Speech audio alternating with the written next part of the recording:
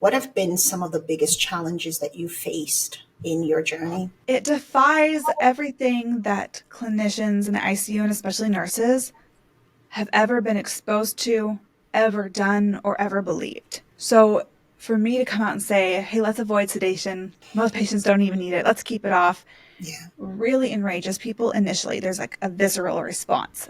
Yeah. Because when you start sedation and you keep it running for days to weeks, then when you turn it off to try to get someone off the ventilator, they are usually, like you've described, delirious. They're confused. They think Hmm. they've been kidnapped, think they have a snake down their throat. Yeah. So they come out combative. They come out agitated. They're trying to pull out their lines and their tubes, and it's very stressful for the nurses. They associate that with taking off sedation. So when I say we're not going to sedate people as a norm, not that we never Hmm. use sedation, but we're going to let most patients wake up, they imagine naturally that Hmm. everyone's going to be thrashing. Right. And when they have only experienced mobilizing patients as taking these large flaccid bodies to the side of the bed, and it takes 5 people to hold Mm. them up for them Hmm. because they don't have any strength to move their own Hmm. bodies, they say, we do not have the workforce. We do not have the It's, staffing for that. yeah.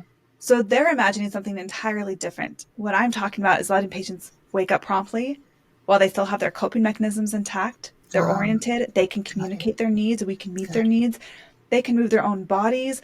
All of this is so much easier, but it's a lot to explain. So when I Yeah. initially say, and they see these posts, they're like, that's not possible. That's not, Hmm. most of my patients can't do that. And they get very defensive. So there's a Hmm. lot of, like you said, pride. It's Yeah. very natural. It's hard to accept that we've hurt people. That Hmm. takes a lot of humility. And I'm the first to admit it. Yeah. I think I'm the most guilty. I came from a process of care where I was doing all the right things, but I didn't know why. And so when I went to the other cultural norm, I knew better. In a lot of Yeah. ways, I knew better. I'm willing to admit that, but that's Hmm. hard. That's because I've spent years working on that, Yeah. admitting that I hurt patients. But there's a natural response to Yeah. that. That is a big challenge for me to figure out how to navigate being bold, saying we are hurting people, but Yeah. also not causing people to be defensive.